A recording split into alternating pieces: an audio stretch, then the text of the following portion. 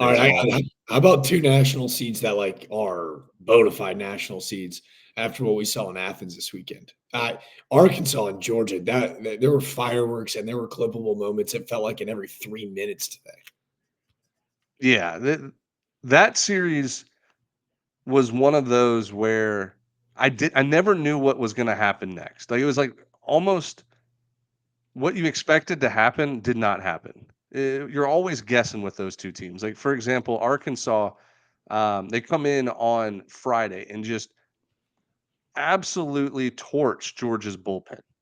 They put up 10 runs in the last 3 innings to win 10 to 3, or sorry, 13 to 3. You're like, "Okay, Georgia's bullpen, trash, not very good." And you're like, "Okay, I'll expect Georgia's bullpen to be bad again the next day." Well, Georgia's bats come out on fire on Saturday, and then they have a comfortable lead. I forget what the score was, but then Georgia goes, I'm sorry, Arkansas makes it very interesting in the ninth, 8th and the ninth. And then today was pretty much the same thing. Arkansas hits back-to-back homers in the top of the ninth against Georgia's bullpen, and then they ended up playing 12 innings, and Georgia walks them off. But like, what a competitive series. Other than those 10 runs, 7th, 8th, and ninth on Friday, I mean, it was back and forth all weekend. Very evenly matched teams, in my opinion. Before Jack gives his thoughts and analysis on this series, I just want to state this is why I love being part of 11.7, by the way. Like, I was defeated this weekend by college baseball because I was covering games Friday, Saturday, and Sunday in person. And I was defeated by sports because the Masters was going on. But when I talk to guys that live and breathe college baseball and we're all splitting screens, this is what I cherish the most about being part of this group. So well done, Ben. Thank you for the catch. Yep. Dude, Noah, it was. I'll put it to you this way: it wouldn't surprise me one bit if these 2 teams are facing off in the College World Series finals. Like, that final series, Georgia versus Arkansas College World Series finals, would not be shocking to me at one bit, because these teams are very hard to kill. Like, even whenever you beat them, they make it tough. Like, for example, Arkansas was impossible to kill this weekend, with how they came back and scored runs. And then Georgia's standpoint, it's like, yeah, our bullpen's not good, but we're going to put 6 runs in the first 3 innings and make it tough for you. Like, we're gonna try to beat you early and often.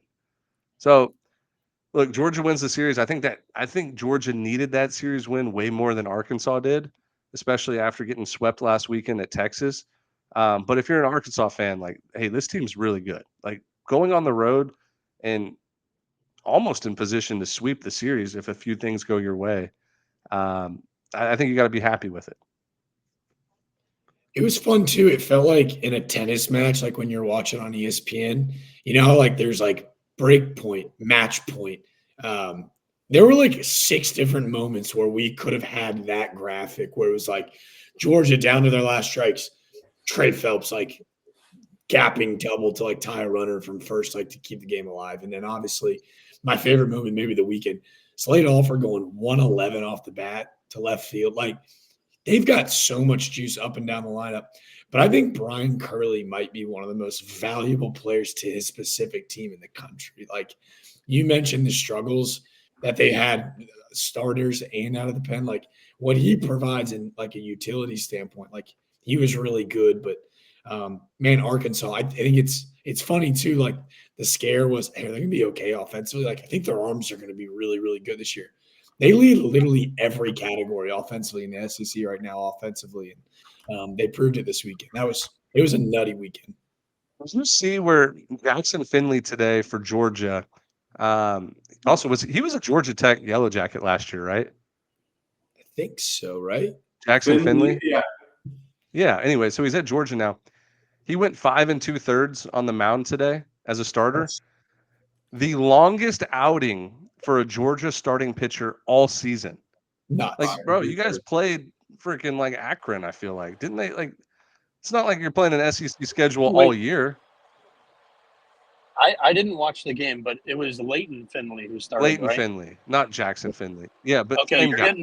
getting two guys confused. Leighton, no, 2 different guys. Leighton's been at Georgia. Aiden Finateri is the Georgia Tech starter that transferred to Georgia. I did want to ask this, unless you have a thought there. I saw that stat. I tweeted about it, and I was like the down emoji. I was like, this is crazy stat for a team that's top 5 in the country. And then I immediately thought about our Riz God. Dimitri, as our pitching guru, dude, is that like a level of pressure when there comes to this idea of like, man, can we get one guy to give us some length? Or do you think that's like their strategy on the mound? Like, hey, we want to see a different guy every time through, because it feels nuts at this point in the season to have a guy go at least 6 innings of baseball. I think it's a combination of they're analytically trying to match up, and they know when their guys are losing efficiency. But at the same time, if they had a guy that was truly efficient for 6-7 innings, they would do that. Absolutely, they would ride a guy longer. But they just don't have a guy to trust. I mean, Brian Zeldin today, I think I like him more and more every time I see him pitch. He was the guy that closed it out the last 3 innings. Him and Curley, I really like. But the problem is this pitching staff is walking too many people. They're going full count on too many guys. They're falling behind in too many counts. They're nasty. They're all nasty. So it makes me wonder, imagine if we had Arm Farm in Athens. Would Max Wiener make a difference in this pitching staff? Is it I don't know what's going on. It's just they're just not consistent enough to get to 6-7 innings. Their pitch counts are so high. If you go watch, they just don't know how to do it. They don't have a guy that can just feel his way through 7 innings, 90 pitching. I mean, I think this Georgia team is I'm taking a guess here. I would say that a team like Georgia just values stuff. If you have an arsenal of guys that just have elite stuff, I'm talking fastball with induced vertical breaks and the sliders and like everything, you're okay with a guy going 3 2/3 if he has max effort stuff and just avoiding barrels. And like, hey, we're going to piece this together rather than going to get a Sam Dutton from Auburn who's going to paint corners and change speeds and go 7 innings, right? Like, that would be my guess. Georgia just values stuff, and they want everybody who's on the mound to have their best stuff for as long as possible. And that might be 2 innings, that might be 4. And then once your stuff starts ticking down, you're out of the game. I have a question for you guys. Wes Johnson is a pitching guy, right? Correct. Yes. Their staff, I'm looking at it right now. Wknd, he was a position player. Brock Bennett, position player. Nick Amorati, position player. And then they have Kevin Knight, who's director of player development and stuff. They don't have a pitching coach on their website. Dude, Dimitri, you're all over it. I think Wes, he's learning. First off, first time as a D1 college head coach. He's had plenty of years as an assistant everywhere. Like, looking at that guy's track record, he hadn't been able to stay in one spot for more than 3 years, it seemed like. But he's learning on the job. And you look at the last 2 Georgia teams, what has been their weakness? Oh, it's your head coach's track record, background, the entire thing that he's built his career off of. I think in this offseason, you have to self-evaluate and say, hey, I think it's time for another voice to help me out, because I have my hands in every area, every facet of my staff right now and my team. Let's get a guy to solely focus on this pitching staff and iron down who's doing what in that bullpen where you're not able to see. It's tough to do, though, Noah, because, like, what's he going to do? Like, get rid of one of his assistant coaches that has, like, brought Georgia back to the glory days? Like, and it's also easier said than that, too, because when you're Georgia, it's not his assistant's fault. Well, no. It's easier said than that, because when you're Georgia and your offense is this good and your head coach is a pitching coach, what's going to happen to the offensive coordinators and or hitting coaches? They're going to get plucked, right?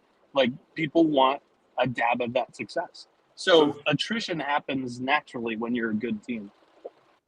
Yeah. They need a pitching. I think Wes Johnson needs a right-hand pitching man. At Georgia Tech, they've got 3 guys on staff that deal with the pitching alone, not just data analytics. They're actually in the bullpen. They're actually former pitchers. Georgia Tech's pitching staff has done a full 180. They are way better because they have put so much emphasis into pitching development. Georgia, I think, needs to get more because Wes Johnson knows how to do the pitching, but he's the CEO of a company. He's not 110% focused on pitching. He's focused on the whole program from a Hawkeye view. He needs a pitching guy. I think we might be we might be crossing the line there, guys. We don't know what's going on at Georgia. We can make assumptions, but I mean, I'm just I don't know. I mean, I don't know why you're saying it like you're scared. Like because I'm looking at their thing. It's Wknd offensive, Brock Bennett offensive, Nick Amorati offensive.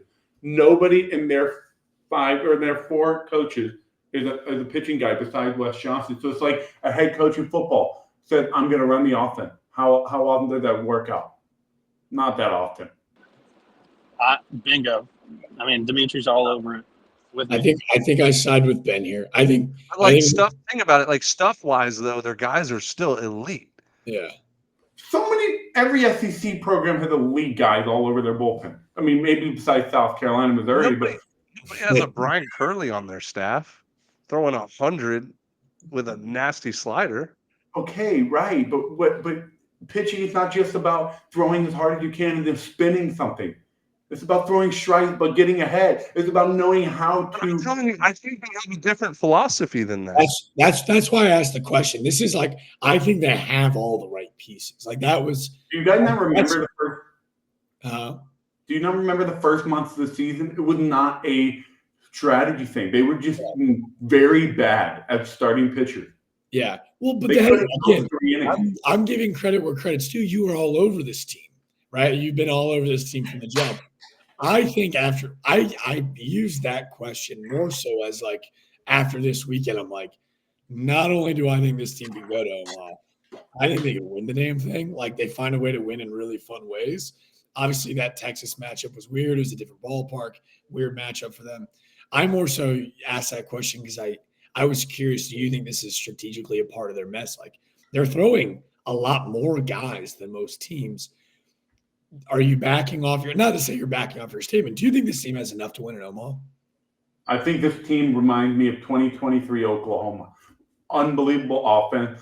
And what's his name made himself $1 million in the 2023 postseason. What's his name, Ben? Come on. Cade Horton. Georgia's going to have a guy come out of nowhere. And he's just going to be a guy that we've seen all year, but we never put our eyeballs on him. It's like, this is the dude. Brian Curley, we know who he is. Somebody out of that Georgia pitching staff is going to make a name for themselves in May and June. We don't know who it's going to be yet. I want to throw a challenge flag. I just looked at Georgia's last 12 SEC games. If you take out the 10-run loss against Arkansas on Friday, where they gave up 7 runs in the 9th, and those guys aren't their pitchers. They've given up 6, 6, 4, 7, 5, 6, 7, 1, 4, 2, 7 in their last 12 games. That's not terrible. They're going to score more than that. It's not bad at all. But you are though picking a sample size of, they should be better. They should be figuring out this stuff as the season goes on. A larger sample size, you could look at the 2023-24 season and the 2024-25 season and see that Georgia is in the bottom half of the SEC when it comes to pitching. I was high in Georgia because I thought they were talented enough across the board. I thought their lineup was one of the best in the country. That's why I picked them to win the SEC. But their pitching has made them this far. But you know how it is when it gets to the postseason time. Right, so I ask you, flaws get exposed. So I ask you, you say you was past tense. Are you still not high on Georgia, even though they're coming off one of the best? I still love my SEC. Still love, okay. Because I was more so riding this high of Arkansas's got some stars offensively, dude. This is the best line. Georgia's got the best lineup in the SEC, I think. Oh my God! And we were questioning this offense and the Eloy brother. I'd like to say this too before we move off this series and jump into some others because I know we've gone long on the SEC. Arkansas admin, round of applause with the Augusta National graphics all week. I just absolutely salivating all weekend long with them. Mix in an Eloy brother, freaking walk off, just the pimp jobs, the camera work from the dugout plus the Augusta Nationals graphics. Magical work this week. Dude, get a napkin. Wipe it off. Get a napkin and wipe that thing off. Creamy, let me tell you. Yeah, I think maybe this past 10 minutes talking about Georgia's all wrong, and they're just an unorthodox program or pitching staff, the way they're going to operate. But I still think they need a pitching guy. Like their pitching is too talented to be the way it is. It feels messy. It just feels a very messy product that is getting the job done. That it's going to hurt them in the postseason. I'm telling you, that 2 seed that comes in, that pesky mid-major 3 seed, someone is going to pick them, pluck them in the butt, and they're going to go into the loser's bracket, and they're going to like that offense going to carry them. I'm telling you, lucky. It's going to If expose. you've been lucky, you've been right way more than I have this year, because I would be calling the challenge flag again on you, but you've been right all year. So I'll tip a cap and concede here. Jack. But wait, what would you throw? Don't worry about the length of the pod. What would you throw when it challenge comes flag to on here? I'm just curious. I don't think it's messy at all. My inference is only have 2 starts that are longer than 5 innings isn't messy. it's 2025. Like, They're it's winning. normal now. Yeah, I like that. They're winning. Who cares what it looks like? My whole question was predicated on, like, is it strategy or is it they're using what they have? So Let me say, wait, I just got an idea. It's more impressive what they're doing. What are you guys talking about? yeah, They're winning games with not Paul Skeens throwing 8 innings every game. They're piecing I it together. say, That's more impressive. Well, Ben, the entire thing though is, where can this team improve? They're a top 5 team. It's already impressive. How can this team raise the bar? There's so much room to grow, especially on the pitching staff where that's your head coach's background. Come on. But think about it. When we think of Tennessee, do you think, oh my God, this team could be so much better? When you think of Texas, oh my God, this team could be so much better. When you think of Georgia, you're like, holy shit, this team is competing with everybody, and they can still be that much better. That's the whole point of it. All right. Georgia is so close to being the best team. Hold on. But here, hold on. Let me propose something that I don't know, Ben, if this puts a hole in our argument or if it helps it. I'm not just saying this because I saw him in person. Statistically speaking, Blake Gillespie of Charlotte baseball has been one of the best Friday night starters in the country. He has logged 8+ innings in 6 of his starts this year, including a no-hitter. Who did he come from? He was a Georgia Bulldog last year. So do they have? Dude, Stetson's Friday night guy is a Georgia Bulldog as well. Do they have the pieces that could do this? Or are they going, hey, we're going to piecemeal this in 3-4 inning bits because that's what our numbers say? Like, I think it does kind of help Ben and I's strategy where it's like they have these dogs, but we're going to utilize them in a way that Bells helps the Bulldogs win. I don't know.